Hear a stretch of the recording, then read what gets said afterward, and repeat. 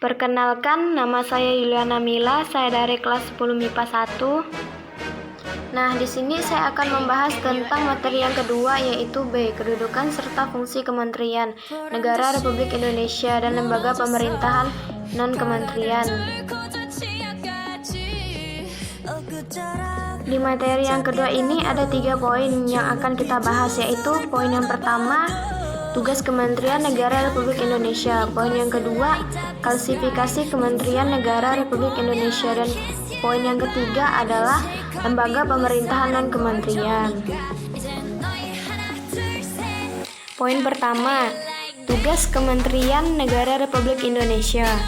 Kementerian Negara Republik Indonesia bertugas menyelenggarakan urusan tertentu dalam pemerintahan di bawah dan bertanggung jawab kepada Presiden dalam menyelenggarakan pemerintahan negara, yaitu sebagai berikut. A. Penyelenggaraan, perumusan, penetapan, dan pelaksanaan kebijakan di bidangnya melayani pengelolaan barang milik atau kekayaan negara yang menjadi tanggung jawabnya, serta pengawasan atas pelaksanaan tugas di bidangnya dan pelaksanaan kegiatan teknis dari pusat sampai ke daerah. B.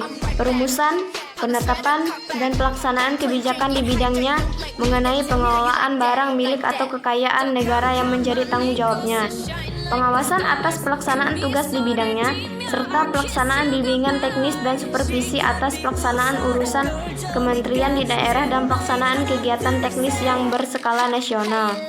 C. Perumusan dan penetapan kebijakan di bidangnya, koordinasi dan sinkronisasi pelaksanaan kebijakan di bidangnya melayani pengelolaan barang milik atau kekayaan negara yang menjadi tanggung jawabnya dan pengawasan atas pelaksanaan tugas di bidangnya.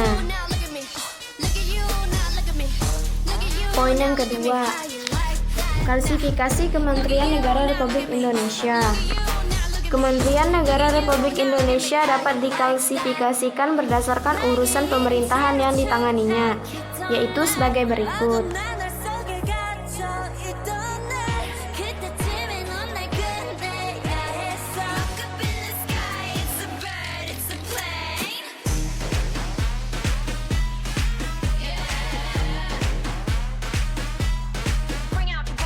Dan poin yang ketiga atau yang terakhir adalah lembaga pemerintahan non-kementerian.